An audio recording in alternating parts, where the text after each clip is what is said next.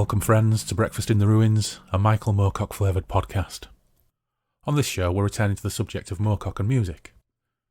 Moorcock's involvement with bands like Hawkman and Blue Oyster Cult are well documented, and his influence on metal is widely known amongst his fans and listeners of space and progressive rock, and we touch on that with Ian Abrahams. We also touched upon his direct influence on more recent artists too, such as the dungeon synth of Elric, the metal of Corum, and the psychedelic space rock of Cernus. More recently though, Mike has, in his late 70s and now early 80s, continued to collaborate with and contribute to artists and albums, most recently thanks to the long-standing collective Spirits Burning, brainchild of musician and producer Don Falcone. Spirits Burning has included input from a wide variety of artists and rock luminaries over the years, including members of Hawkwind, Blue Oyster Cult, Porcupine Tree, Gong, Soft Machine, and Praxis, as well as composer and David Lynch's music editor on Twin Peaks and Wild at Heart, Kim Cascone. The last two albums by Spirits Burning, though, have been adaptations of the Dancers at the End of Time trilogy, with direct input from Mike, An Alien Heat, released in 2018, and The Hollowlands, released in late 2020. As well as steering the Spirits Burning ship, Don Falcone has also produced a Deep Fix album in recent years, as well as unearthing and remastering older Deep Fix material in the form of the Entropy Tango and Gloriana demo sessions from 1984. I'm delighted to say that Don agreed to meet me and Derry and Toms for a gab about all of this, and more, so sit back, put aside your sitar for a moment, and join us as we discuss Spirits Burning.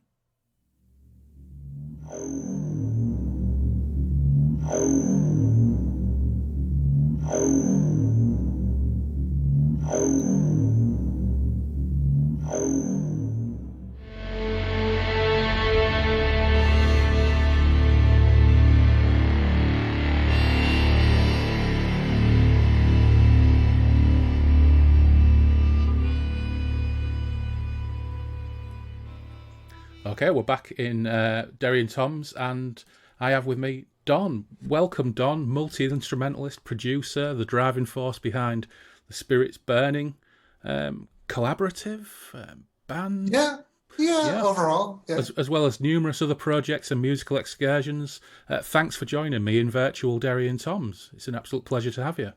Thank you for inviting me, and good evening from my good afternoon. We're just about to hit noontime here. Yeah, but I'm assuming you've got good weather over there. This is Northern California. It is a nice day. Yeah. So because I'm English, of course, I've got to discuss the weather before we do anything else. And I'm in Bradford in West Yorkshire, and it's -1, and it's trying really, really hard to snow. So I will try and vicariously enjoy your pleasant weather while we're talking. You know, I'm delighted to be able to talk to you not only about Spirits Burning and your collaborations with Michael Moorcock, but also just to explore your art and your own influences. So again, thanks for coming on. Mm-hmm. But as this is a Moorcock-focused podcast, we generally start off with new guests with a question as to how they came across Mike and his work and what it means to them. But in this case, I think it would be great just to find out more about your musical journey and how you got started in the business.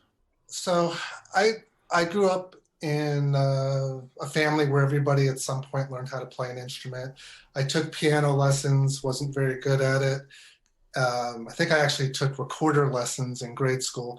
But in high school, we had the band had one trombone player who was a middle linebacker, and he was on the football field. So they put together a really cool special program. And I grew up in Pennsylvania. So they had I want to say there was like a state grant or something. And they taught 6 or 7 people how to play trombone. And I ended up playing trombone in marching and orchestra for 7 years. And I met a woman who played bass guitar who said bass guitar is cool. And she taught me how to play bass guitar. And so I was a bass guitarist first, really, besides trombone. At some point when I came to San Francisco in the early 80s, I was starting to dabble again in keyboards, and I finally made the switch to keyboards. Right, yeah, because back in the day you played keyboards and synthesizer for Thessalonians. Yeah. So the other side of this would be that I was in a couple bands, including one called Spirits Burning in the 80s. And, we had some friends that would come see us, but we never really quite connected to the local scene. Yeah. We weren't punk enough, we weren't cool enough looking, whatever. It just didn't happen. Yeah. And then in the early 90s, two things happened almost concurrently.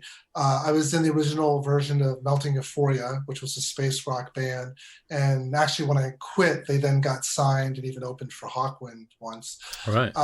And then I worked at an audio company with a guy named Kim Cascone, who started a record label called Silent Records. It was a really good ambient label in the 90s.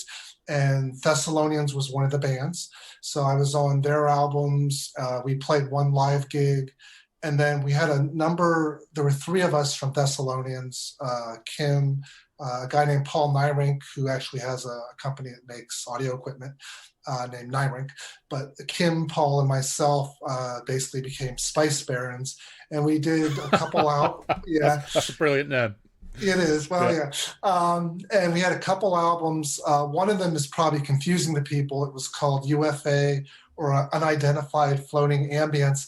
And for every track or two, we took a different name because we were taking a different artistic approach. Yeah. So it's a compilation, but it's really just the three of us. Thessalonians were a very mellow, trancey, kind of dance-driven band.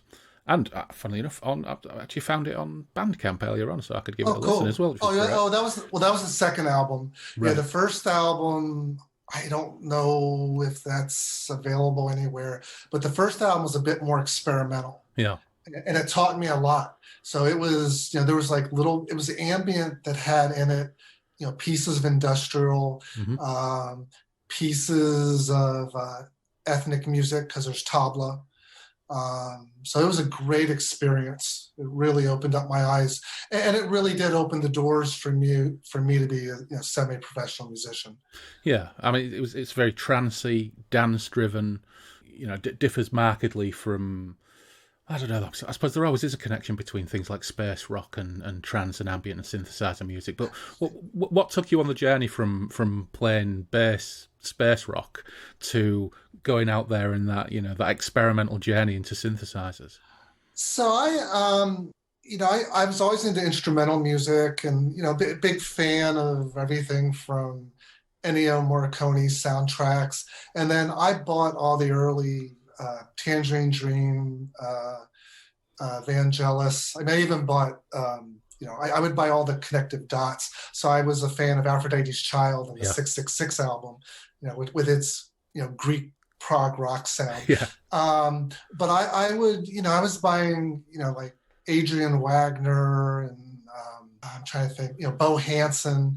And so anything, I definitely, went from a hard rock place, which, Hawkman could fit into. Yeah. And then interestingly, as I went into the synth stuff, Hawkman fits into there as well. So I always had this instrumental side. And even in the 80s, I was doing some demos where I would write instrumental songs. And so it was a natural movement towards, I'm a big Brian Eno fan as well. So that's, where all things ambient in terms of modern ambient music kind of comes out of what he was doing when he left Roxy. So I think really what happened in the 90s was it was a natural fit. I know Kim, who is the leader and the guy running Silent, was intrigued with my interest in Hawkwind and some of those synth bands. And probably the big thing was that he really pushed me to dive into the keyboards that I owned, like a Roland D50, and not use presets, and to take those sounds and do new things with them, and actually to make them change over time. So yeah, so it was I think it was a natural place. It did take me away from, let's say, the rock side of things. Yeah. And that didn't come back until mid to late 90s. Although the Melting Euphoria stuff was definitely rock oriented. Yeah, I think the early 90s was a really fantastic time for that kind of music, wasn't it? Because I think I was, despite my ridiculous beard, I was 18 in 1990, and I spent the 80s moving from the new wave of British heavy metal through to things like Pink Floyd, but as the 80s progressed into thrash metal and various other bits and pieces. But then bands like Orbital in the UK, Orbital, The Orb, LFO, were LFO English or American? I can't remember. But all these bands started to kind of come Future through. Sounds of London was a yes, big one. yeah, and we were dabbling in certain things as one did when you were 18, 19, and actually kind of it was an explosion for me, that kind of music, and some of the more dance driven things like hard floor. I'll give one more shout out to Kim. One of the things he did, especially when we became a three-piece with the Spice Barons, is we would get together and listen to music that could influence us. And so that that included the obvious people, like the Orb and Eno and so forth, but we would also listen to Miles Davis' Bitches Brew. And I just missed that. And it was like, oh, it's interesting. Like I can like pound on a keyboard with my fist, and what does that do? I had already done experiments as a kid with paper in the back of a piano. So I was familiar with John Cage and Stockhausen. But then we also listened to some, I don't know if they're lesser known, but we were listening to like Muslim Gauze and Zion Train. And so there, we started to listen to dub, and there was a lot going on in Europe and around the world in the 90s. So it was a great time. Yeah, I'm going to be listening back to this later and writing these down, and I'm going to going down a rabbit hole. I can see it. Already. So you've already mentioned that Spirits Burning was an early band of yours that you resurrected in the 90s, and really being a pioneer of exploiting the early internet to explore things like remote collaboration and recording. How did that come about? So two things happened. One was that as Silent was kind of ending and I had already quit Melting Euphoria, I worked out doing a solo project with Cleopatra Records, and I created a project called Spaceship Eyes. And I had done a synth-oriented album, and they asked me to do drum and bass. And so I did 2 albums with them that were kind of, space rock meets drum and bass meets experimental music. But that also opened the door to something else they were doing, which was tribute albums. And they were doing, covers of, King Crimson and Genesis. And concurrently, locally, I had done a project where I did a Spaceship Eyes meets Spirits Burning. We opened for Present, the band from Belgium. And that kind of got me back into the rock world, so that the core of that band, we did a cover of Red for the King Crimson album that Cleopatra put out. And we did a cover of Genesis's, I'm forgetting what song we did, but it was one of their early songs when Peter Gabriel was there. And that kind of got me at least thinking about rock again. And as that this little reconstruction of Spirits Burning was ending, it got me thinking about why not do something that was more of a collective, kind of like the surprising things that Eno did with his first couple solo albums, where you had members of like Roxy Music, Hawkwind, Pink Fairies. It was like, weird, unexpected combinations. And then I also, over the years, I bought a lot of these albums that came out of the side, where like Phil Collins would guest star on, I can't remember if he's on the Butterfly Ball and the Grasshopper Feast, but there were these interesting concept albums. So I thought about, why not put together a space rock collective, Spirits Burning. And the reality, I think one place people kind of tend to think that Spirits Burning is only this remote distance project, is that I actually had a lot of people who would come to the house and record here. And people like David Allen would usually come to San Francisco once a year for the first decade of this century, and actually a few years before that. So, I'd actually be able to record him in my home studio. And I'm a tech writer by day, and so I was working at some point for a company called Orban, who had this thing called the AKG Odyssey. So that was a workstation that allowed me to do 10 tracks and add, for people who know, lexicon reverbs. And then at some point, I started working for DigiDesign, who made Pro Tools, which opened the door for me to do many more tracks. And then as I worked there, I could get equipment for cheaper prices, and so that opened the door. And then, they had effects that they had built in with plugins. And then I started buying better computers, and all of a sudden I could do things that were only being done in like really big studios. Now, at some point, into this 5, 6, 7, 8 years later, many more people around the world can do this. As you get into the 2000s, Yeah. there are many more home studios. Yeah, well, it's how prescient all that seems now as well, with the world as it is today, that people are kind of forced into doing this, and we're seeing a lot of kind of high profile bands releasing things on YouTube where they're all in their own homes and they're all collaborating together to record a piece of music. But you were doing it like 25 years ago. Yeah, in the mid to late 90s, we would send, people were still sending the cassette tapes. So there were cassette tapes that I would then would record digitally. At some point, you had CDRs, Yeah. so you could take a CD and record to that. And then there was things like digital tape for DAT players and things like that. But I can't remember at what point the early versions of Dropbox, Yeah. where you could actually upload the files and not have to wait for something in an email and drive somebody crazy, like their email system was shut down because you sent them a WAV file. Yeah, it all still seems like magic to me, because my only brief dalliance with music was probably round about 1993 or 4, doing some Depeche Mode covers with my mates Chris and Wayne with an old 4-track with an old 4-track cassette. But it's strangely enough, and I didn't see Wayne for 28 years, but he's now collaborating with me doing some music for part of the podcast, and we're doing it remotely, and we haven't actually seen each other for 28 years. So the technology, what it enables us to do now is just wonderful. But I suppose working for Pro Tools at the time must have been pretty serendipitous, because I'm not a musician, but Pro Tools was the biggie, wasn't it? Yeah. And what happened? So I don't know if I mentioned my role, but I'm a tech writer. Yeah. And so around 2000, I became manager of the technical publications department. So for about a decade, I was responsible for the team that did all the documentation. Yeah. And I would read the Pro Tools guide from start to finish. And it's not that I know everything, but I picked up a lot. And it's funny, I'm actually revisiting this weekend a project I worked on in the early 2000s. Weird Biscuit Tea Time. It was a foursome that included David Allen, and we're thinking of re-releasing the first album digitally. We may or may not do some remixes, but I'm going back listening to the CDRs, the old Pro Tools sessions, and one of the frustrating things, although maybe it's a good pat on the back long term, is that how I used to work had problems. I now name files better. My folder structure is better.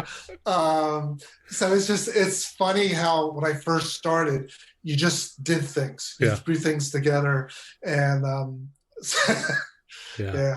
I honestly wish I'd been more au fait with that kind of technology at the time, because it's so strange we're talking about this right now, because only a couple of days ago, me and my partner Phil were searching the house from top to bottom looking for a cassette which had that cover version of Fly on the Windscreen on it, and I can remember visualising it in a chest of drawers at my old house in Hull before we moved, and I've not seen it since, and it either didn't make the cut or it's in a box in the eaves somewhere. But it's absolutely fascinating for someone with your kind of interests and passions. That must have been like working inside a toy box.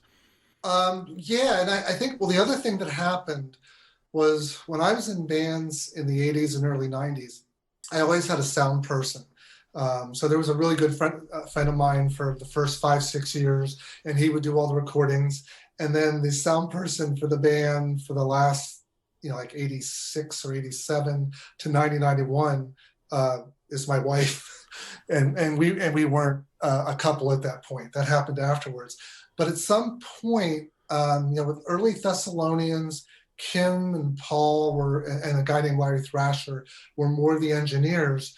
And then as I started to touch this equipment and learn it and write about it, I basically developed engineering and producing skills. And you're right, it did open up, the ability to, add delays and reverbs and cut and paste and reverse stuff for introductions, record myself at my own pace, and then all of a sudden, record people here, and then to contact people long distance and say, here's a 2-track of the current version of the song. Can you add something? So yeah, you're right. It was like a kid in a candy store, and it still is. Moorcock fans are generally pretty aware of your two most recent albums, but how many projects did you undertake with Spirits Burning? I think the new album is the 15th or 16th. Wow. And there is a best of that came out around 2010 for the first decade. And then around 2015, there was a sampler that the label I used to be on put out that has, basically songs that have people from Hawkwind. Yeah. Or the Hawkman family, and that included Mike. Yeah. So that was available. That if you bought, there was a Hawkwind Space Ritual Revisited album that they put out around 2015, 2016, and so if you bought that from that label, you got this free. So it was a sampler. Actually, before these last couple of albums, I think you also produced the live album Deep Fix Live at the Terminal Cafe, didn't you? Yeah, it's not a live album. So right. That was Mike's idea was that you would have songs by this band that played at the Terminal Cafe, and so it would be virtually live. Yeah. And we did add some sounds that I had from somebody else's live gig at the very beginning of the album. So that there's, in essence, that you're, again, at this gig at the Terminal Cafe. Yeah. And there are two songs on there for the vinyl version. So the side A and side B first songs. Basically, it's almost like Mike is standing outside of or right near the doorway to this club or the cafe, and talking about what's going on inside. So you've actually collaborated with Michael Moorcock quite extensively over the last few years. So yeah. Were you a fan of him previously? How did Mike come into the picture? I'll give you the question you didn't ask, but how did I get into liking the works of Michael Moorcock? Where did that start? Yeah. So when I was a kid, I was a big Marvel Comics fan. And I don't know 100% the timing of this, but I was buying everything that Marvel put out. So all the superhero books, the Westerns, so this is I can't remember if it's considered their golden or their silver age, but the Fantastic Four and stuff like that. And the Avengers was my favorite book, with Daredevil a close second. And I bought Conan. And Conan did have 2 issues with Elric in it. And I have a cousin who's about 5-6 years older, and he has an incredible library of fantasy and fiction books. I mean, like maybe 10,000 books. Yeah. And it used to be, they lived in a half house in my hometown of Stilton, Pennsylvania, back in the day. And I would go up, this really hard to go upstairs up into the 3rd floor, and here was his bedroom, and it was a library. And I started he let me borrow books, and I started with Robert E. Howard. I remember I was John Bruner, The Sheep Look Up, something I really liked, and I was trying some other stories and books, and I'm not sure of whether he introduced me to Moorcock first, or Moorcock was in that Conan, the 2 books. What I do remember pretty early on was I kind of gravitated more towards Corum and the Eternal Champion more than Elric. And I don't know if it's that side of me that's more of, well, this is considered popular, I'm going to go the opposite direction. Okay. Yeah. And then the other side of it is Behold the Man. Oh, yeah. Was just a wonderful book. Yeah. And as somebody who was raised Catholic and was starting to, maybe listening to too much Jethro Tull and Black Sabbath, and starting to question things and learn things, I found Behold the Man to be a wonderful book. Yeah. And then, Black Corridor as well, things like that. So, that was the area early on. At some point around 1972, I was getting into rock music and, Black Sabbath, Jethro Tull, Deep Purple, Uriah Heep. And I took a chance and bought this album, Hawkman Space Ritual. And for about a year, I wasn't sure about it. And then Hawkman came out around 74 with Hall of the Mountain Grill, which Mike's not involved with at all, but it really hit me. And I was starting to also get into prog, and Simon House was on that album. So there's a Mellotron. By the way, there's a Mellotron behind me. Nice. Okay, which is another story. But anyways, I went back and looked at Space Ritual, and I saw the name Moorcock. And it's weird, I never made the connection that, Space is Deep is that Space is Deep lines from the Black Corridor. Somehow I missed it. Yeah. I just, purely missed it. But that was my way in. And now I had the connection, and then the Warrior on the Edge of Time album came out. So all of a sudden it's like, wow, here's this guy who I really like his books more than anything else from my cousin's library. And I like Hawkwind. And so, of course, I bought, his first, the solo album that came out. So, jump a couple decades later, I got to see Mike at one of his readings at a Berkeley science fiction fantasy store. I talked to his wife, Linda. We made arrangements to potentially have me do some work with him. And then the first thing I did was actually, I guess I knew about the Entropy Tango and Gloriana. Gloriana was another book I really liked a lot in those days too. So, but there were the demo sessions that never got released properly. And so what we did was I made a deal with Mike that I would clean up the tapes that he had, or a CD of the tapes, and have them remastered. And then I was executive producer on putting that out. And it was a chance to do an interview with him about that material. And then I would also have the rights to take 4 or 5 of the songs and then bring other musicians and put them on top and create new versions of those songs for Spirits Burning. Yeah. That really opened the door. What a fantastic journey that is. Because I talk to a lot of people, and, I've got a lot of friends, and generally there seems to be 3 ways into Moorcock. There's either those 2 issues of Conan the Barbarian, which were, I think, either famous or infamous, depending on your perspective, because Barry Windsor Smith's only point of reference for Elric was the 60s Ace pocketbook edition with the... And I'm a big fan of Barry Windsor Smith. Yeah. Great artist. Yeah. It did set him behind on meeting schedules, I'm aware. Yeah. But yes, his the edition of Elric. Yeah, the pointy hat and the waders. which funnily enough, I've got that very copy of Stormbringer right here.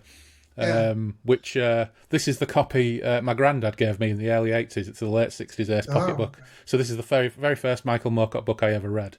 So, and the other way that people seem to get into it is because of Hawkwind. Yeah.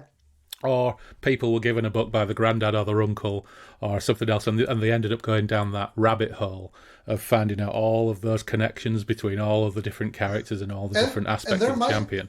There might be a third way, because it didn't happen right away, and that's Blue Oyster Cult. Of course, yeah.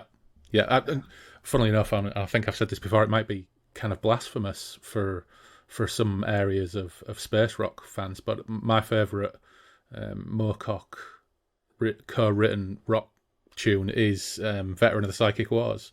I absolutely adore that song. Mine might be Blade. Black Blade, yeah. Black Blade, yeah. Which,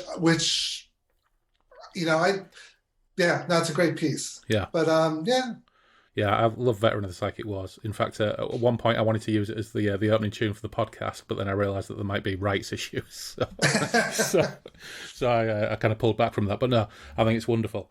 So more recently, you've produced these 2 albums based upon Dances at the End of Time. Yeah. What kind of process do you go through when you start to put something like that together? A pair of concept albums with multiple collaborators based upon novels with the involvement of the author himself. It sounds like an epic undertaking from someone on the outside. Well, every Spirits Burning album is an epic undertaking because there's usually 30 to 40 people, and I have to be very patient as the songs develop, some that I start, some that others start. I think what happened with Dancers is, number one, deep into my reading of Mike's works, it became my favorite works of his. Mm-hmm. I did another interview recently. It hasn't been published yet. It's on paper, a magazine, if people remember those. But anyways, I made, how do I put this? So there are some things that are timeless. Like, to me, Jimi Hendrix's Electric Ladyland is timeless. It still sounds like a great guitar album now. And while there may be albums we love from the past, not everything is necessarily timeless. Like some sounds of some synth sounds are overused, or sometimes the Lynn drum sound of the 80s sometimes doesn't sound really great right now. So anyways, I think that Hendrix's Electric Ladyland is timeless. I think Mike's Dancers at the Edge of Time books are timeless, and some of the best stuff that he's written. So it was something that I still love and would still go back to and read. So at some point I asked him if it was okay if I did a Spirits Burning adaptation. And, I knew that probably would mean that he may or may not be involved. So I'll get to that part of the story later. Yeah. But it really, so what I did was I started off, I wrote some pieces, knowing that they might have words, they might be instrumentals. And I invited Albert Bouchard, or Al, from Blue Oyster Cult's original lineup, because we'd worked together before on a couple songs. And the big surprise was he said that he adored what I was trying to do, thought it was a wonderful thing, and deserved its place in the sun, and he wanted to be involved as much as possible. Oh, what a fantastic validation. Yeah. So suddenly he was involved in every song. So sometimes that meant that he would be playing drums or other instruments that he plays. Sometimes, and I gave him a bit of free rein. I said, if you want to start some songs, that's fine. He ended up starting about 1/3 of the songs on the Inalien Heat album. And then something else happened, that he found that he was really good at reading the book, sometimes taking train rides in the New York area. And he was very good at transcribing passages of the book into lyrics. And he was having fun doing it. So I was like, okay, why don't you continue doing that? And I'll concentrate more on the mixing and bringing together musicians. And then the next thing that happened was he started bringing in, Donald Buck Dharma Roser to sing the first song. And other people from Blue Oyster Cult, and other people from New York, like, members of the Dictators and things like that. So he became a co-collaborator. So both on that first album and the second album, which is The Hollow Lands, he really was the main co-collaborator. The next part of the puzzle was, could I get Mike involved? And so I would let Mike hear what was going on, and he may or may not have listened closely. It's hard to tell. He's busy writing books, and I understand that. But at some point I said, can I basically travel to where you live when you're in the United States half a year and do a remote session? And so we worked it out with him and Linda, and I went to his house, and I basically had, planned that, okay, how can I get him on each song? So on some of the songs, he would do background vocals, maybe a couple songs he would do narration, and maybe a couple songs he would play guitar. Well, he can't play guitar anymore, but he can play harmonica. So I was like, okay, we'll do harmonica. So I had everything worked out, planned. I went to his house with my Pro Tools, gear, my computer and my box. And I remember that I had probably, an extra microphone just in case. I may have had an extra computer just in case, because we're traveling, by air to get to him and everything. And I seem to remember I did some funny things where I had the mics in a case, and the people in the airport were like, what is that? This strange equipment. I had to explain, and I had a manual for the microphone. And, So anyways, the session went really good. The only thing a big lesson was I tried to do it all in one day. So I probably got up at 2:00 Bay Area time, traveled to his place in the morning. Him and Linda picked me up. We went to his house. did like 2 sessions within 4 hours. So anyways, that leads me to the second time we did this, I gave a day and a half, which was better. Yeah. Plus, we had also worked out by that point that I was producing the Michael Moorcock and the Deep Fix Live at the Terminal Cafe album. And that meant that there was some new stuff that we were doing. And so we recorded that as well. If you want to get into that later, that's very productive. That. Yeah. And Mike's really good. I will say that, he, I really laid this out like, here's the first song, here's a piece of paper, and here's the lines. Listen, can you sing to it? And and for the Hollow Lands, I actually worked out a song that was really, for the most part, my lyrics, but based on how Jared Cornelian, the character in the Hollow Lands, felt about not being in the same time anymore with Amelia Underwood. And he's very good at just kind of going with the flow. I think what makes these albums so appealing and fresh is because everybody's done Elric. Everybody's done the rock music. Everybody's done the Elric album covers, the Rodney Matthews album covers. Yeah. And recently, I've kind of gone on a little bit of a journey down a rabbit hole on Bandcamp, just on Bandcamp, purely on Bandcamp, because I source most of my new music from Bandcamp because it's an absolute treasure trove. But after doing a music show with Ian Abrahams, who wrote a biography of Hawkwind, Ian and I talked about some of this stuff. So I looked on Bandcamp and just to see and there's rock music. Oh, yeah, brilliant, yeah. So I'm showing Andy the book by Ian. Yeah, okay, which is an absolutely terrific book as well. There's the rock music, there's the power metal, there's strange Eastern European doom metal stroke ambience, there's ambient and experimental electronica, there's dungeon synth which, under the name of Elric. There are so many young musicians picking up that torch and carrying it forward, but to have that that interpretation of novels that may sit kind of outside of, I don't know, the big five or whatever, the big five Moorcock fantasy characters, but nevertheless hardcore Moorcock fans all adore the Dances at the End of Time trilogy for good reason, and it is timeless. And one of the other thing that I really enjoy about this is I remember picking up New World's Fair on CD in probably the early 90s, just after I'd got a CD player, and I found it really, really quite mind-blowing and hard to categorise. Much like most of his fiction, it kind of defies categorization and any attempts to pigeonhole it, even though people talk about him being fantasy or sword and sorcery, and that's definitely carried over to An Alien Heat and the Hollow Lands. It's varied, but it maintains a really strong theme and identity throughout, and sometimes it feels a little bit like I don't know, dare I say, folky, and other times it feels like a really you could transfer that music into a colourful musical. And all singing, all dancing, cover, colourful musical, and everything in between. Yeah, and I think Al's greatly responsible for that, because I had done a concept book a couple years before called Starhawk, and Starhawk is many things to many people. Everything from the New Age goddess ritual books to Starhawk was the original.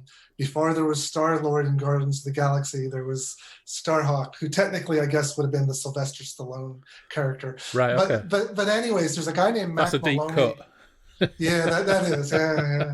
I was all prepared for Starhawk, not Star-Lord. But anyways, there's a writer named Mac Maloney, who's another MM, like Michael Moorcock. And he had done some books, The Wingman Adventures, and he did a series called Starhawk. And I did an adaptation of his Starhawk book. And one of the big differences between that and the Moorcock adaptations that we've done is that one, for the most part, on most of the songs, never mentions people's names. And for better or for worse, there's pros and cons here. You could take most of those songs and not necessarily know the story. Whereas I think the influence of Al was to kind of take a more theatrical approach, especially by the time we got to the Hollow Lands. And you have a couple songs where there's 4 or 5 vocalists, because there's different people from the book with the lines they say. And it's a tricky thing. It's a difficult thing. Actually, mixing them is a tricky thing. Yeah. But I know that, people who don't know the story, and if they don't go to the book, it may be a little more difficult to, get into some of that material. Yeah. Those are the bits that I really enjoy that remind me of it being a musical, because I am a bit of a fan of a musical. So I can't remember which track it was. Is it Time Machine Cabriolet, where they're actually answering each other in the lines of music, and it just put a big broad smile on my face, because I just really appreciate that kind of music and that kind of storytelling. Yeah, probably the big one, I think, one of the big ones is Memorable Night at Cafe Royal. Yeah. Because that's like everybody from the future and back in 1896 are all there. Yeah.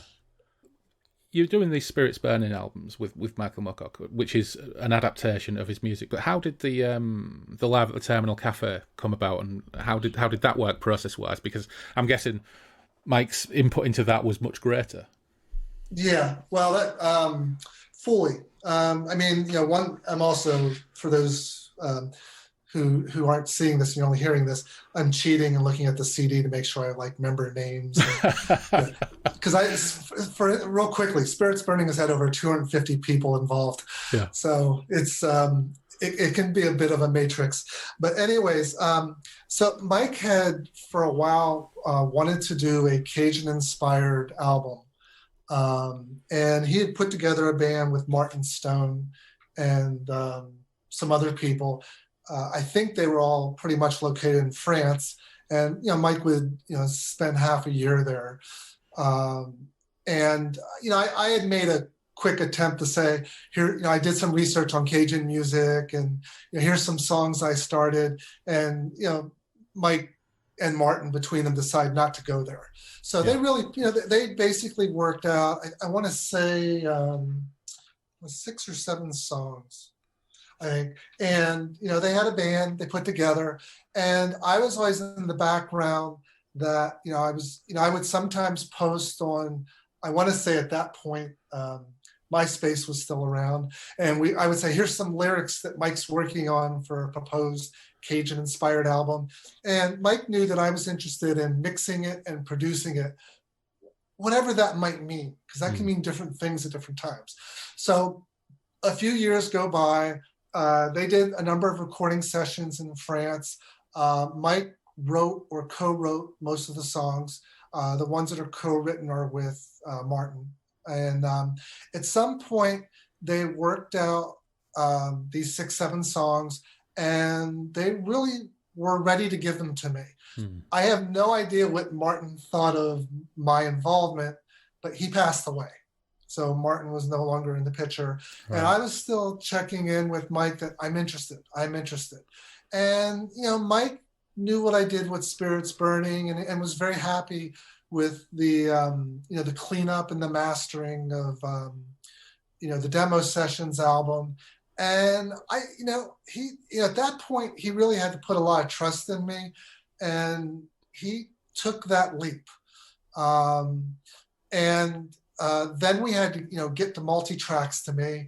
And so that was a little bit of, how do you get it from this studio that may or maybe doesn't exist anymore, and who the engineer was there. So they got the material to me. I now had it in my hands.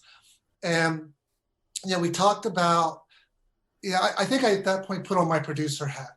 And the very first thing I said, actually, I'm not sure if it was the very first thing, but and actually, let me back up. So I know Mike wanted to add violin, fiddle, or accordion to a couple songs. And so he had a local musician there, Sean Orr, who basically did Cajun and other folk music. So he was kind of lined up to be involved in one or more pieces. And between the both of us, we really struck out every time we were trying to get accordion players. But I started to put on my producer's hat, and I said, this one song, The Dream of Eden, how would you feel if we did another version of it to end the album that maybe was a stripped down acoustic version? So, Mike was maybe open to that. And I said, I have a violin player who's really into his works, and it appeared on the Spirits Burning and Mike Moorcock stuff. And that basically was from Camper Van Beethoven, their violin player. And he said, okay. I also said, can we try having a female vocalist in a couple songs? And that probably was a stretch for him and even I think Linda, but they kind of let me go there. So I had a woman I used to work with who was actually now so this was from one of the Spirits Burning bands in the 80s, and she was now in a country swing band because that's the kind of music she was really in, which again seemed like a natural fit for Cajun inspired stuff. So I said, let me go there and record her for a couple pieces. And then I also said, the other big thing here is I want to be on at least one piece. And then we were going to try to get Pete Pavley from the old days, the old Deep Fix band, to basically help out on another piece. So by the time I went to his house and recorded him for, at that point, that was the sessions for the Hollow Lands. And I was there for a day and a half. A couple things happened. One is, at one point, Mike just started singing St. James Infirmary a cappella. And it was brilliant. And so I had like 2 or 3 takes, and it was clear that he wanted to add that to Live at the Terminal Cafe. Fast forward, the idea was to get Pete Pavley to play on it. Pete no longer really plays cello and didn't really have the timing. And I ended up doing kind of ethereal improv piano. And Linda and Mike loved it. I was kind of nervous because I'll be honest, take a step back. I don't practice as often as I should. I'm not the greatest musician. I'm really good at starting songs, and I have a good way of knowing what can work. So anyways, they loved it. Now back to Texas and that session there. Mike also wanted to do 2 songs where there was narration. And I'd already agreed with him that there wasn't enough material as is, and we needed new material. And so what he did is he did, reading from the book, 2 parts of the Blood storyline, and I had those to play with. And then I forgot there was one more thing, is one of the pieces, and I have to double check, Sam Oakenhurst's story actually was 16 minutes long. And it was, Mike kept repeating lines, and the band kind of jammed through these rhythms. And I felt there was enough there to basically create a whole different song and not have this 15, 16 minute long song on the album. And I basically took 2 parts, kind of looped them, and then did keyboard chords over them. So I changed the focus of where the band was. And then Mike, when I was in Texas, sang Blood lyrics to them. And so we essentially created a new song with the old band. So we now had, the original 6, 7 songs. We had St. James Infirmary. We had this new Blood piece. And then I had these 2 narrations. So I went back to the Sam Oakenhurst stuff, and I was like, okay, if I think a little harder and maybe use the band differently, so it's still them playing together, but maybe not as focused on, let's say, Martin's guitar part. Can I create new songs? And that's what I ended up doing. So we had 2 new songs. So all of a sudden you had a really good CD, I can't remember if it's 45-minute length, CD and vinyl album, and we reworked them, and I did new mixes, let Mike hear them until he was happy with them, and then brought in the person that's been doing the mastering to kind of normalize them and kind of clean up the. I have a tendency sometimes to have a little too much muddiness and bass material in the mixes. Although I've gotten better at that since the early 2000s. And then I basically said, I think the point maybe here I wanted to make is I really, as a producer, took this to the next level as almost at this point managing Mike in this album. And I basically said, here's some labels we could go to. Here's the pros and cons of these labels. And when all things were said and done, I worked out a deal with Cleopatra Records, and surprisingly, my name's actually on the contract with Mike's and Linda's. And I worked out in advance. I worked out, we got vinyl, not just CD and digital. That was cool. There's nothing like having a nice big LP size cover. And then I can add also along the way, I was working with some artists, and at some point, I can't even remember who found the cover, which is in public domain, and we went with that. And then the other thing was Mike had access to Walter Simonson, who had done artwork for the Multiverse comic. Yep. And Walter was great to work with, and my wife and I came up with some ideas. My wife does all the layout for most of the stuff I'm involved with. And we basically said, would it be okay to do cutouts of some of your artwork that's in those books? And Walter said, of course. And then there was one piece of artwork where one of the characters is holding a sword, and it gets cut off on the page. And Walter said, why don't I go in and redo that and add in the end of the sword? And so he did new artwork to combine that. Fantastic. That's phenomenal artwork as well, his work in the Multiverse comic, isn't it? Yeah. So I remember, it is, I remember reading Blood and all the stuff with the Chaos Engineers and the Grey Fees and all that type of thing, and thinking, I don't really know how to visualize all this. And Walt Simonson did a fantastic job of actually making that into something, which I found quite difficult when I originally read Blood.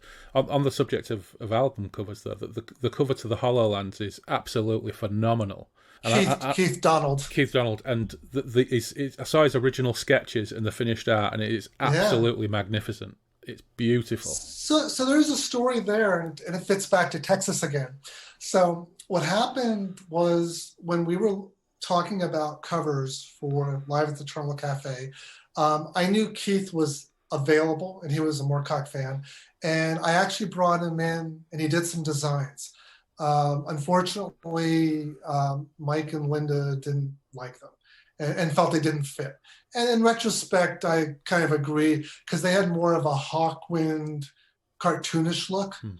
They're good material, but they didn't quite necessarily fit, or actually what we ended up using where we went down that line. So in the meantime, I knew of Keith because of these original pieces he had done. And I actually took, I can't remember if it's screenshots or JPEGs of them to my trip to Texas. And while we were doing the sessions for the HoloLens, I was telling Mike, we need to at some point come up with a cover, and here are some things. And I showed him Keith's work for those covers, and he said, that's the one.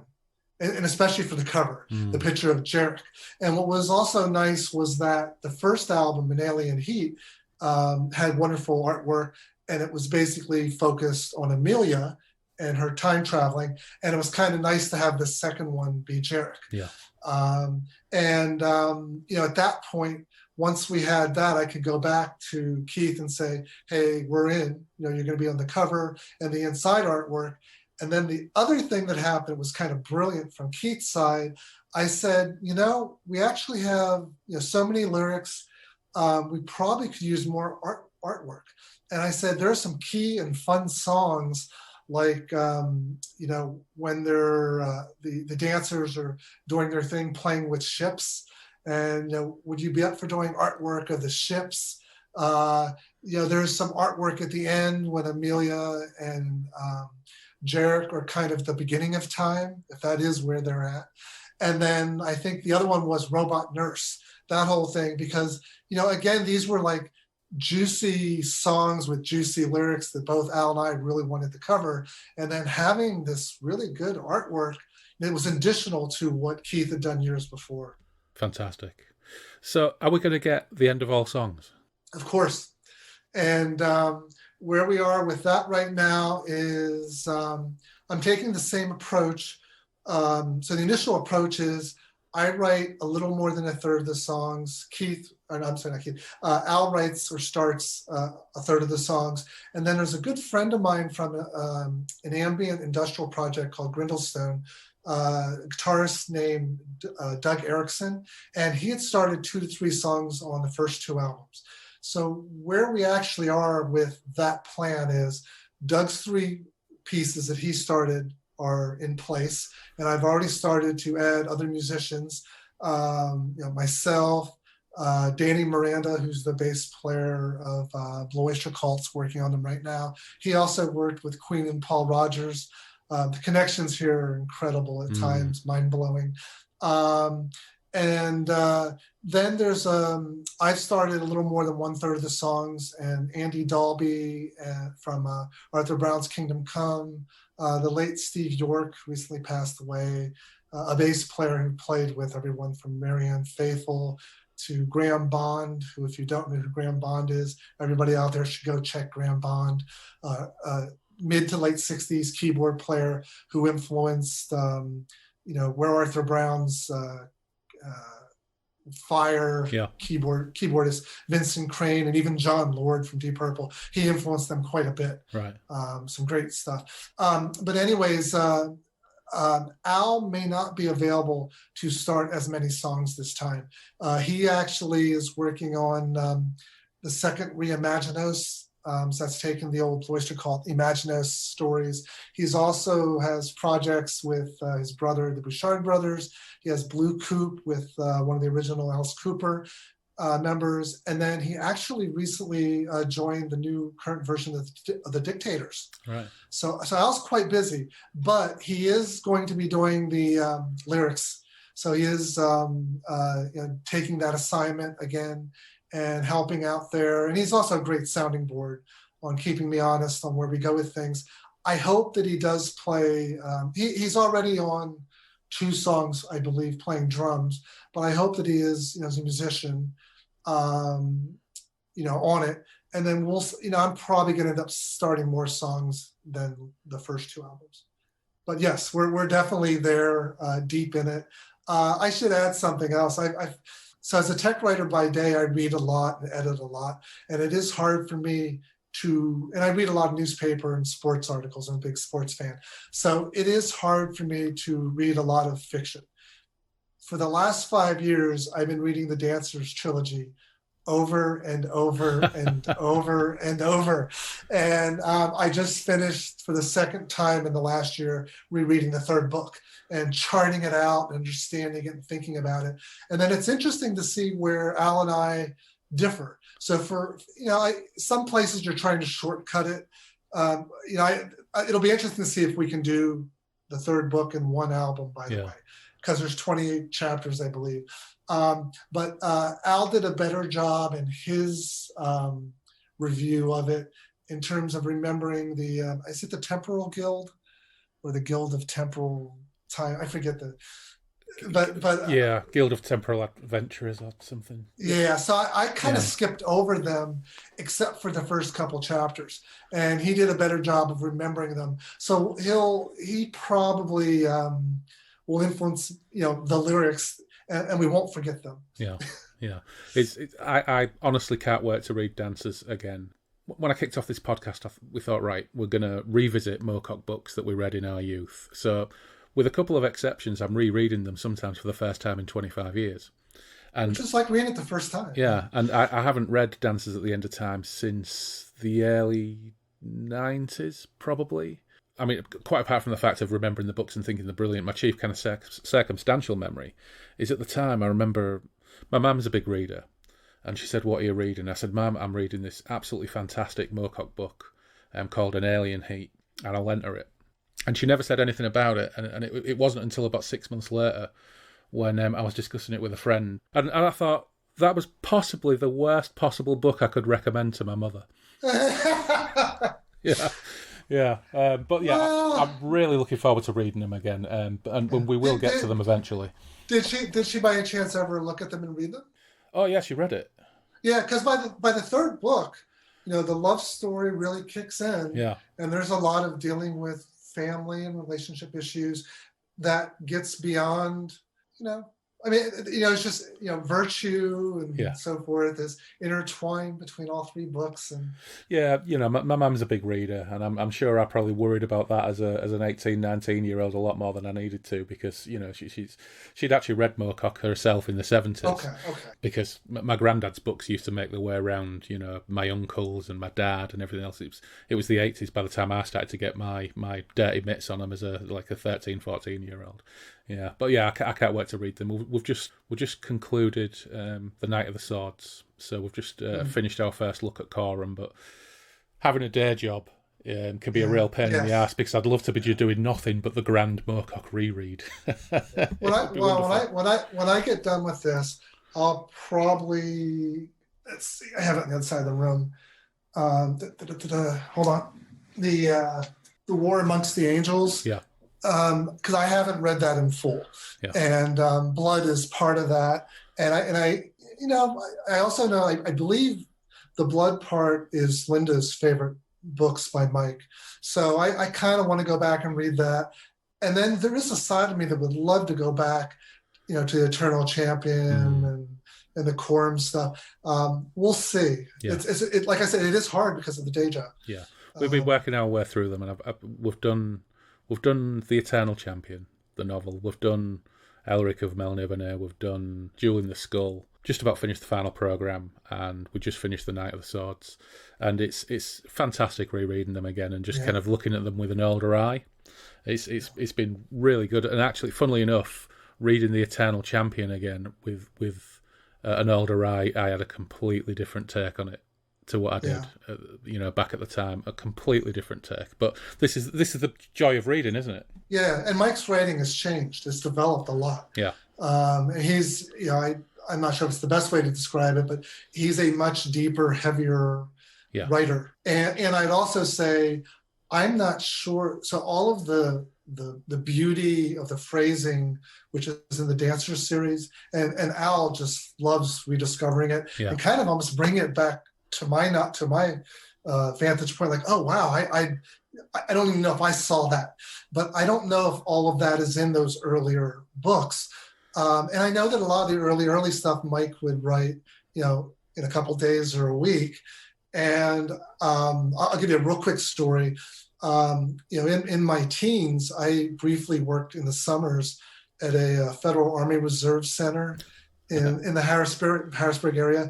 And we basically were responsible for getting, it was a warehouse of just all the checks of all the people. So it was those, I'm not sure, I forget what those are called, those computer readouts cards. Yeah, index.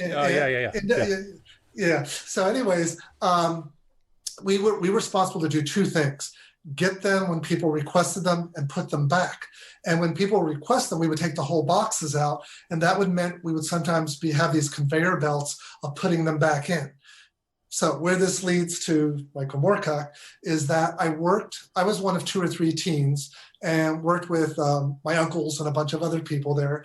And at some point you couldn't fit in between the rows and there was nothing to do.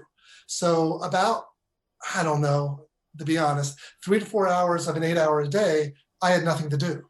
So I would bring my Michael Moorcock books, and it was also one of my uncles. It was his son that had the library. I'll tie that together.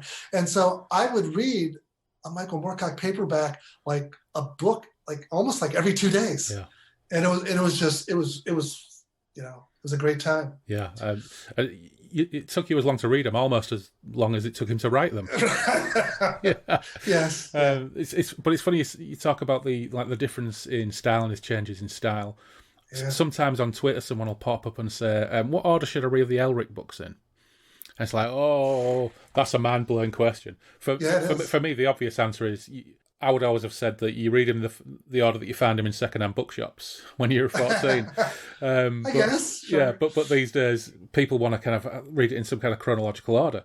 But if you do that, you go from Elric of Melniboné, which is kind of like is much more developed as a writer by that point. He's got the 60s out of the way. Then you go to Fortress of the Pearl, which he wrote in the 80s, which is a completely different style.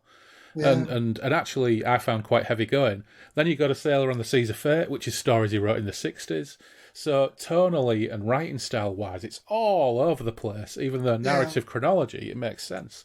But I remember reading Blood, and I think I maybe struggled a little bit with that, but I loved The War Amongst the Angels because I really, really liked all of that alternative London stuff, and the tram barons and all that stuff was really, really vivid and evocative.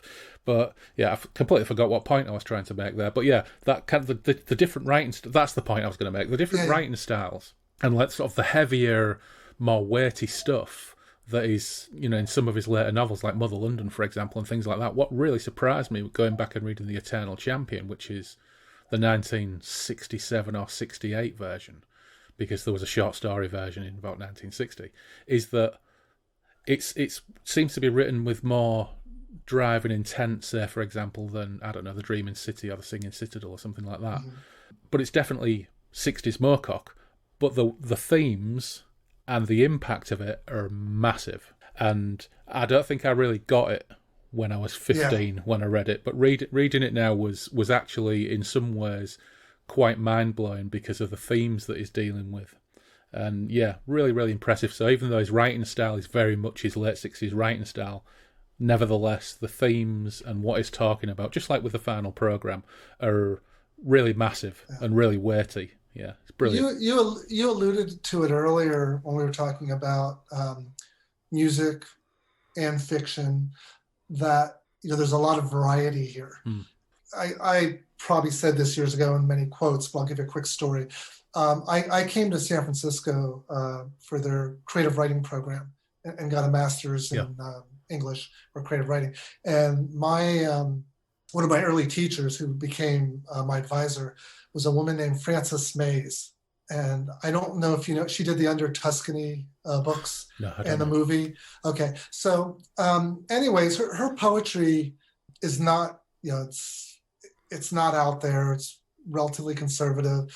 And somebody in the class asked the question one day, and I should back up and say the classes were made up of people who were like me, who had had 4 years of undergraduate work coming from another state. And then there were people in there really like housewives who somehow got into this master's program. So it was an odd mix of people coming from different ways of art. And someone asked the question, is it important to find your voice? And Frances, who inherently, like I said, I consider her relatively conservative in terms of what she writes, her answer was, yes, it's important to find your voices. And that plural, I have never, ever forgotten it. And I kind of feel that, intentionally or not, Hawkman with its 50 members over 50 years, you keep having a different sound and you develop. And then, an individual writer choosing to do stories that are sci-fi or fantasy, sword and sorcery, or fiction, or about the future versus the past even. And then growing in terms of your own voice. To me, that's exciting. I don't want to hear a band always sound the same, playing the same songs. I don't want to necessarily read the same thing over and over. So it's kind of, there's an inherent beauty. Some of it is, surviving, which Mike has done well, and continuing to write and developing his characters. But then also all the different approaches, whether they were, sometimes in comic books. And, I am hopeful that someday he does, get to the screen, or, whether that's in a theater or on TV. Of course, I worry about the quality of it. We've had numerous discussions about this and whether we're pro or anti, or who should play him, or who should direct it, or who should produce it. And I mean, it's something I would dearly love to see, but there's always that element of risk, isn't there? The BBC have got the rights to the History of the Rune Staff and are supposedly pursuing and actually have a script together for the History of the Rune Staff. Yes, they do. Yeah. I have a question for you. You can actually. So we watch Doctor Who, which is that's how the BBC. Yeah. 2 questions. Yep. One is the quality of the audio that we get when we watch it here in the United States, at least on my TV set. The dialogue is mixed too low. Is this the modern Doctor Who? Yes. The modern. The modern. The last 2 or 3. Definitely the current and the previous. Do you experience that, one of my big beefs with modern Doctor Who is that the music is always too loud in the mix. And I don't know if that's part of that. Yeah, I don't know if we're talking about the same thing, but it drives me absolutely crackers watching modern Doctor Who because everything is so breathless and heightened. And yeah, I love soundtracks. Yeah, but I don't like it. It seems to be entirely scored and sound edited and mixed to barrel along for 50 minutes and just get everything out of the way, and it honestly drives me crackers. Yeah, my wife and I have trouble hearing things. The second point is that they have a nasty habit of ending their scenes it's almost like if you took a song and you have an ending, but for some reason you spliced it using old terminology, 5 seconds too early. Yeah, and I think it all plays into exactly the same thing. I grew up on Doctor Who with 4 or 6 episodes where, to be fair, 4 or 6 20 to 25 minute episodes, and sometimes there was a lot of filling in there to pad it out, especially the 6-episode series. But they took the time, whereas modern Doctor Who seems to be made for people with a limited attention span, and it's whilst it's been extraordinarily popular, and I just think I have to accept that Doctor Who is no longer for me. Which sometimes it's tough to take. So is that cutting things off too early and pushing them? Is that true of other BBC shows? No. Which is okay. No, it's very, very specific to what they've done to Doctor Who to modernise it, in my opinion. Now, I must admit, in this modern age of things like Netflix and Prime and all these other things, all these streaming services, I don't watch as much, I don't know, I suppose what we used to call it, terrestrial TV, as I used to. But BBC, their approach to things has very much changed over time. And one of my biggest worries about the BBC doing the History of the Rune Staff is for almost my entire adult life, I have craved a period faithful adaptation of the War of the Worlds. Yeah. And the BBC did it. And I was excited about it, and they announced it, and then it was delayed by a year, and when it came out, it was so unbelievably disappointing. I now have an edge of anxiety around the BBC adapting anything dear to me. I mentioned before that I'm a big Marvel Comics fan. Yeah. And while I haven't really read their comics, and I think it's been 20 years since I got out of it, I really do enjoy most of what they've done, especially Disney, and what's going on with WandaVision, with the timing of this. WandaVision is absolutely terrific. Yeah. What a surprise that show has been. Yeah, and people end up talking, kind of like the old days when we were kids, like, what's going to happen next, what's going on. But we can talk through the internet instead of, in high school or college. It's water cooler TV. That's what you used to call it, isn't it? Water cooler TV, yeah. Yeah. What I was going to say, though, was that, so for the most part, I've been fine and accepting of the little changes that they make. Of course, I wish they would do a shout out to Mike and the multiverse. Yeah. That's a whole different story. But the one that really drove me nuts is when Fox did the Spider-Man, the first trilogy, and they had. So I don't know if you read Spider-Man as a kid. No. Okay, so they had this great story. Great's might be the wrong word, but this story where Peter Parker was going with a woman named Gwen Stacy. And at one point, the Green Goblin sets it up where there's these kids on this trolley, and he cuts it and he drops Gwen. And Spidey has to decide who to save. He saves the kids, and then he goes to Gwen, and actually he can't save her. She dies. And in fact, it might have even been when he catches her, her neck snaps. Yeah. That was a really amazing thing as a kid to read in a comic book. When they made the first Spidey movies with the Mary Jane character, which, that was fine because there was his whole relationship with Mary Jane, they decided to have that scene. And I don't know if you remember, if you saw the movie.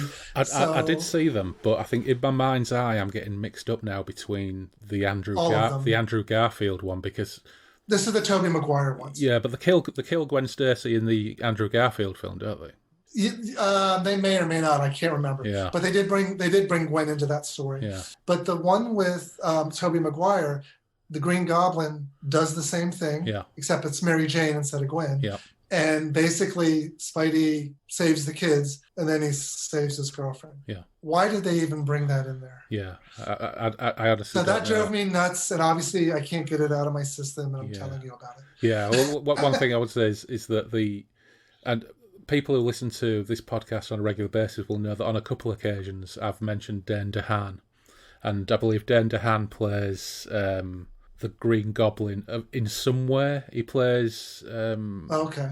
but he plays the son of the Green Goblin. So is it Hobgoblin? Harry Osborn. Harry Osborn, yeah. Dane DeHaan, Who does? yeah, Dane DeHaan plays him, and that's just another problem for that film. But yeah, I think on the whole, I'm really impressed with what Marvel's done. But as a kid, I didn't really read Marvel or DC comics. I would come across the occasional Spider-Man comic or the occasional Hulk comic in a newsagent.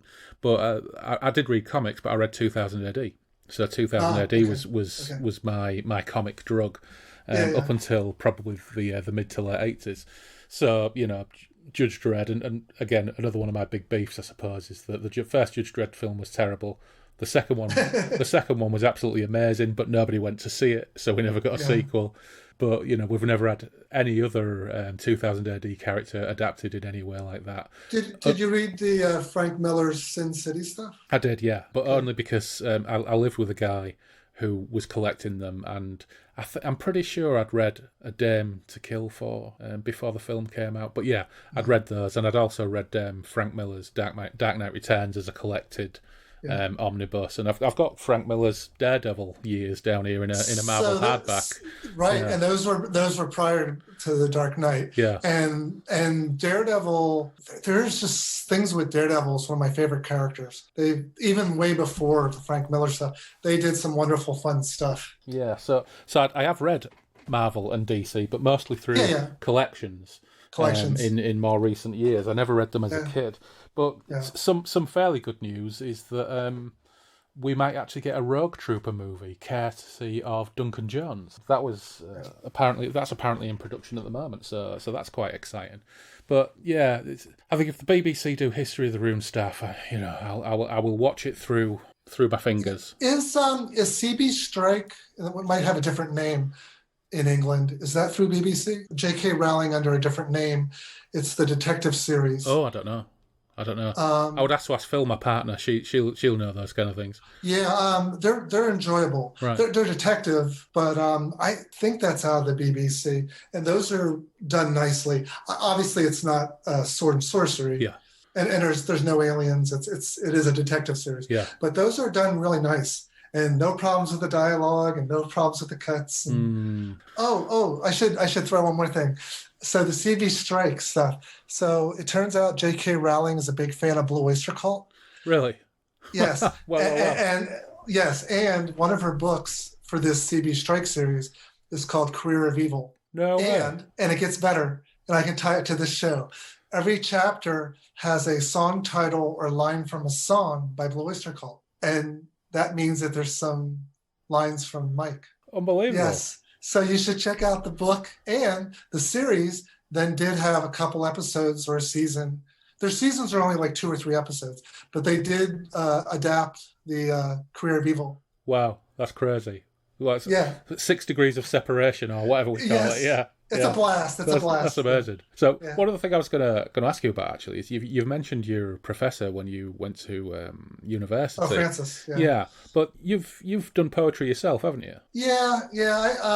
I, in undergraduate school, I went to a college called Shippensburg State University in Pennsylvania. My advisor there was a guy named John Taggart, who has many books published, and he saw what I was writing, and I became editor for the school would put out a what would I call it? It was a magazine that had basically poetry, fiction, and some newspaper articles and photographs, like once a year. Yeah. And so I became the editor of that by my senior year. I even did a Hawkman article, from my understanding, from America, in a New York Times style. But the reason I bring up John Taggart is he saw that my poetry leaned towards kind of an experimental side, and he introduced me to a guy named John Ashbery, who is one of the New York School of Poets.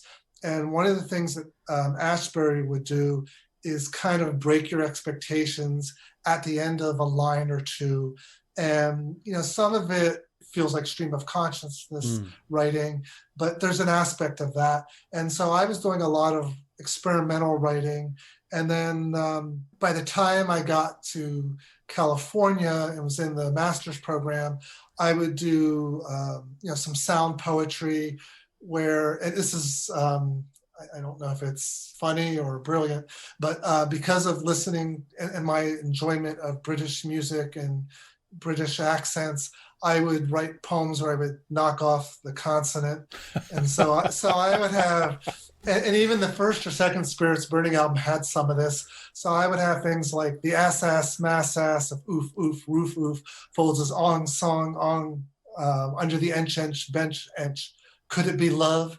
And then go from there. Yeah. And then San Francisco had a really cool poetry following and semblance. And so there were like little places that you could give readings, and I would give readings, and I would mix in, the language poetry, the stuff where I break expectations. And then I would even do, I'd play a song with bass guitar and phase and sing, or I would hit two claves or something else and do a song, do a poem in rhythm. Yeah. So I would try anything. And, in retrospect, some of this stuff worked, some of it, probably needed a second thought, take a step back. But I think it was a great learning ground to see what's possible and to take chances. And I think you can maybe see some connections with Mike's stuff with Hawkman, where he was reading narration. I think for me, while as a kid, I would like, there's a point where it only becomes a little too easy, add delay, add effects, add distortion.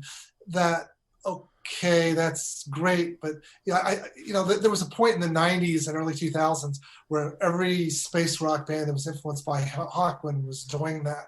And it's like, take me somewhere new. What does that mean? And so I think there's a challenge there of what do you do with it? But yeah, I the one thing that I haven't done, I don't write poetry regularly anymore. It's more lyrics. There are people who knew me in the 90s that didn't even know I did poetry or that I did lyrics. They thought I did only ambient music and then drum and bass. But one of the things, with John Taggart is he was really more into jazz musically. Keith Jarrett and Miles Davis and other people. And he came out here to California and gave a reading, I don't know if it was 5-6 years ago. And hearing him read his material, it was like a saxophone player doing a solo jazz performance. And it was just beautiful. Mm. I wish that I could write like that, or would take the time to write like that, or occasionally do music like that. So there's this side of me that wants to go back and do some experimental stuff, more than the Grindlestone dark ambient. So we'll see if I ever go there. I do throw little bits in there in the rock stuff, and I know the new material with The End of All Songs, you will hear me playing mixing-wise with distortion. So there are ways of having these worlds coexist. Yeah. So how does your early days as a poet tie into No Poetry Records? When I got to California, and I've been here a couple years, there was a moment where I wasn't in a band that I was leading or co-leading, and I joined a punk band that had previously been called, I think, Boy Trouble. And even though I was a bass player, I played a string ensemble with them, and I had, I don't know if you, from your knowledge of guitar players, I had a big muff and a phase 90. So that's a distortion pedal and a phase pedal. And I basically would play chords and occasionally these one-note leads where I would distort things. So I was a little bit of influence from the Stranglers. I was a Stranglers fan. And the band needed a name for my 1.5 month with the band. And I suggested No Poetry. They said yes, but N-O instead of N-O-H. So 2 things happened. They went on as No Poetry for a year and then broke up. And I went on my merry way. And years later, when in the 90s, my wife and I were thinking about, okay, there's this material that I do that I can't get released or it's harder to shop around. So it was the non-spirits burning stuff, the non-silent record stuff. And it was like, okay, my solo album, this duet ambient stuff. And we said, let's go with no poetry, NOH, which I think is kind of a fun oxymoron, or whatever you want to call it, to have, NOH poetry. Yeah. And, it's what has happened the last year and a half. It's now a place to, as I get control for the first decade plus of Spirits Burning, to release the digital versions on Bandcamp. Fabulous. So one of my other questions for you was going to be, what else can we look forward to? So there's the Spirits Burning back catalogue to start with. Yes, yeah. I still, I realize that I rarely, if ever, play live. Spirits Burning did do a gig in England in 2017 at Cosfest. So it was one of the festivals. If you want to talk more about that later, let me know. We'll talk about it. But otherwise, I think it's the only time I've played live in the last 18 years. So I'm more of a studio guy. The big news, besides working on Spirits Burning and Michael Moorcock, The End of All Songs, is I'm finishing up an instrumental album under the name Spirits Burning. It looks like Cleopatra Records will put it out. That probably means putting it in their queue. I'm finishing the last 3 or 4 songs, mastering what happened at the end of this month. And it's an instrumental album that is all acoustic or acoustic-based instruments or sounds. Yeah. It's got a great cast on it. I guess I can tell you, I've been kind of holding back on it. We've got a slew of violinists. So there's David Cross, who was in King Crimson. Nice. We have Peter Knight, who is in Still I Span. We have Still I Span's current violinist, Jessie Mae Smart. We have Daryl Way, who was in Curved Air. We have Jonathan Siegel, who's on the Deep Fix and the previous Spirits Burning Michael Moorcock albums. So he was Camper Van Beethoven. We have Graham Smith, who was Vandergraaf Generator briefly. I'm a big Vandergraaf fan. I can jump to that. We also got David Jackson, sax player, wind reed player from Vandergraaf on 3 songs. We have Michael Moorcock on harmonica on 3 songs. Nice. Okay, so that was some outtakes from that session in Texas. We have Theo Travis on flute, who has played with Soft Machine and Stephen Wilson. I'm looking at my whiteboard in front of me that has a bunch of song titles. I know I've left out a few. Al Bouchard did play drums on one piece, but it's got some interesting twists and turns. And I think that there's lots of bits of my ambient influence in here, even though it's not an ambient album, and little bits of my places where I experiment. So there's one place where I went to San Francisco's Golden Gate Park, and I don't know the name of it, but there was this big life-size, there was a box that's like the inside of a piano with big strings, and I recorded myself going, bing, bing, and then it like reverberates for like 30 seconds. And then I had people come in like Harry Williamson, who had played with gong. And for people who don't know, there was a band called the Radio Actors years ago that did a single, and it was Sting from Police, Future Police, Harry Williamson, Steve Hillage, Nick Turner. So a little bit of Hawkman, a little bit of gong. Yeah. So it's, it's not the greatest song ever, the 2 songs they did, but it's an incredible piece of history. Yeah. That Police kind of came out of the Gong family, actually. Yeah. Mike Howlett's on that, actually, from Gong. Because there was a Gong festival in Paris, and there was a band called Strontium 90 that had the 3 guys from Police. Right. And so anyways, that album should be coming out sometime this year. Yeah. Yeah, you've probably gathered, I love all this connectivity. And, Mike's Multiverse has that. Hawkman and their multiple lineups have that. And then when you have a collective and you bring all these people in, you get the same thing. Yeah. It's funny, those kind of connections. You just mentioned a band called Strontium 90 with English guys in it. Well, a 2000 AD character called Strontium Dog got his powers from a Strontium 90 shower. So who knows if there's some kind of connection there. Either that or they just saw it on a periodic table in chemistry class at school. I don't know. Yeah, that's... Yeah, one or the other. So what is there out there at the moment that's really inspiring you music-wise that you're not involved in? Given the nature of my day job, I occasionally can listen to things at work while, sometimes like editing and so forth. And I try to like delve into people's catalogs that I just missed the first time around. Yeah. And I would say over the last 3 years, maybe 3 to 5 years, I've really gotten into Nick Cave, PJ Harvey, and Godspeed You Black Emperor. Ah, yeah. And the PJ side, what she's done in the 21st century as a writer, I think is brilliant. Mm-hmm. Nick's a little more complicated than Nick Cave stuff, but I mentioned Pieces of Distortion. 2 albums ago, the guy that works with him, whose name I'm forgetting, they would have like 3 or 4 songs that have like this distortion on like a synth part underneath, and then they would do like a more almost kind of a traditional rock approach on top of it, and then the patience that he has, like the latest thing that he did, Ghost is in the title, I'm forgetting the title, but the patience of that album, it's almost like the beginning of a WandaVision in a way, the first 3 episodes. But if you stick with it, by the time you get to the end, it's actually heartbreaking and really emotive. And to listen to music where all of a sudden you get chills, that's how it hits me. And then Godspeed's just amazing. The ebb and flow of this, ensemble and where they go, and then their use of sampled material, how they bring in stuff. So I'm almost looking for who is doing material of that value. I still listen to my Kate Bushes, and I keep buying Hawkwind albums and offshoots. I tend to plenty like to go at. Yeah, there is, and I like a half to 3/4 of the albums.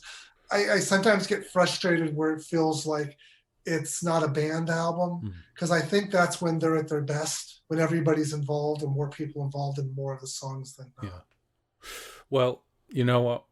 It's been an absolute pleasure talking to you. I'm going to go away and I am going to reinvest in some Nick Cage, good God, some Nick Cave, because I hope I didn't say Nick Cage. No, you didn't. I did. Because there was a time when I think I didn't listen to anything other than Murder Ballads and the album that came after it for about 6 months. So I do need to delve back into that. And also, I picked up on some Godspeed Black Emperor several years ago when I did part of a soundtrack to a film. Anyway, but it's been an absolute pleasure talking to you, Don. Thanks ever so much for coming on, and I really, really look forward to maybe talking to you again after you've finished with the end of all songs. Yeah, pleasure is mine as well. Take care of yourself, you and yours, and look forward to see where you go in the future. Thank you. Adios.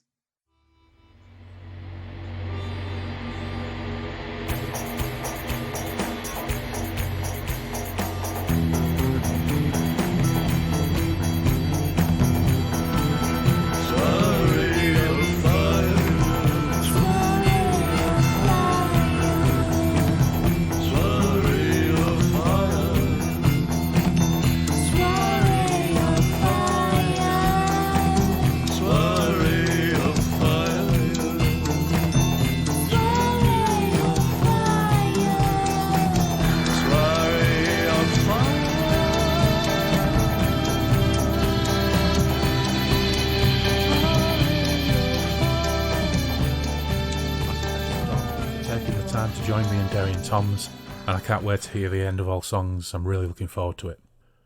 We'll come back to music again in a few shows' time, and I have a couple more artists lined up to talk Moorcockian goodness and their inspirations and projects.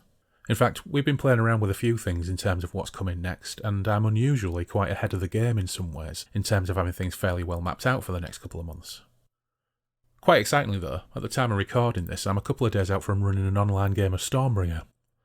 We'll be playing it as written, and we'll feed back on that on a future show when we look at Moorcock RPGs again, but I'm secretly hoping for at least 3 or 4 Oinian beggars, and a couple of Filcarian farmers, and I hope they'll roll enough money to have 2-man canoes all round, maybe even a couple of jugs. A couple more shows are in the can, both of which are diversions from Moorcock, but still firmly within the Pops' library wheelhouse, so watch this space. But it's time now to thank our marvellous patrons. Our Chaos Engineers, hard at work rowing us towards, or maybe away from, the dark straits of Reglathium. We'll see who wins out in a few weeks, I'm sure, but I suspect Brute of Lashmar is a massive Danis fan, so that might tip the balance.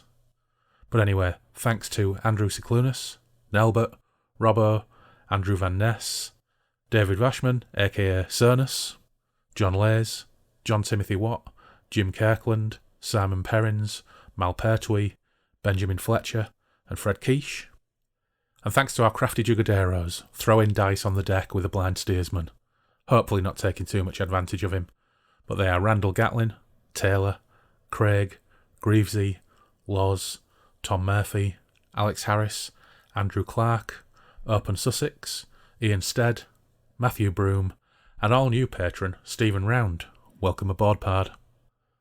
And our patron demons, Lord Norman of the Higher Worlds, baking near some rocks and about to dispense some sage advice to a lost airshipman. Joe Monty, furiously bashing his demon-bound typewriter of editing. Anthony Piconti, extolling the virtues of Georges Louis Borges in the pages of Iconoclash. Check it out. The Lapsed Gamer, increasingly unlapsed as it happens as time goes by. The Destiny Knight Neil Burton, recovering from his malaise and sketching pustules like there's no tomorrow, which there might not be.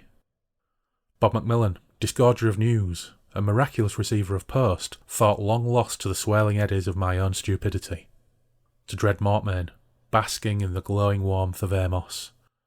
And Nathan, shredding his way through the grey fees in search of mighty rifts that will tear down the singularity. Stay tuned for Chapter 10 of the Journal of Gerard Arthur Connolly after the transition, once again with score and atmos by Nand Soundtracks. The additional music extracts in this show that you've heard have been from Soiree of Fire by Spirits Burning and Michael Moorcock, and you can find the full track on the album An Alien Heat. So, until next time, you can gab with us and follow us, if you wish, on Twitter and Instagram at the handle @BreakfastRuins.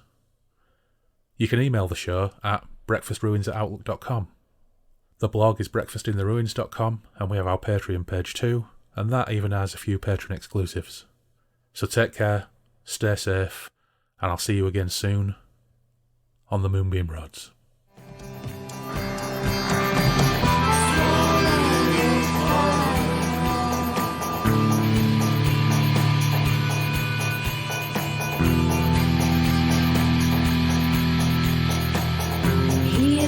A special house for the party, a reproduction of the great fire of Africa. Durban, Cuba, Kimchi, Yola, Timbuktu, and many other famous cities, all blazing merrily.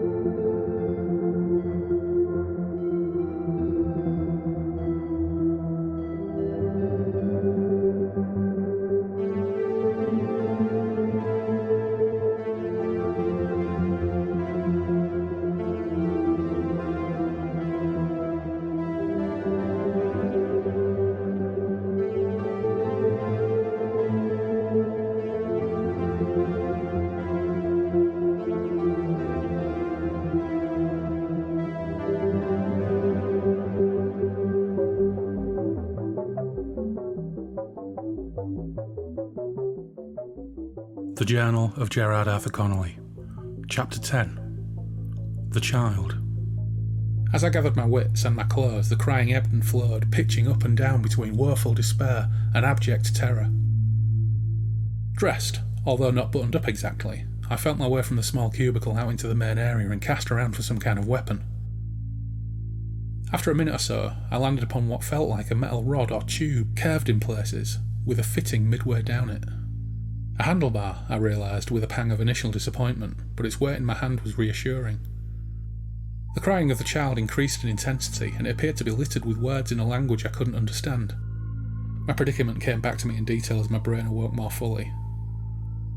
I put this aside, determined to assist the child, possibly lost like myself and trying to flee something and gain entry to a safe place.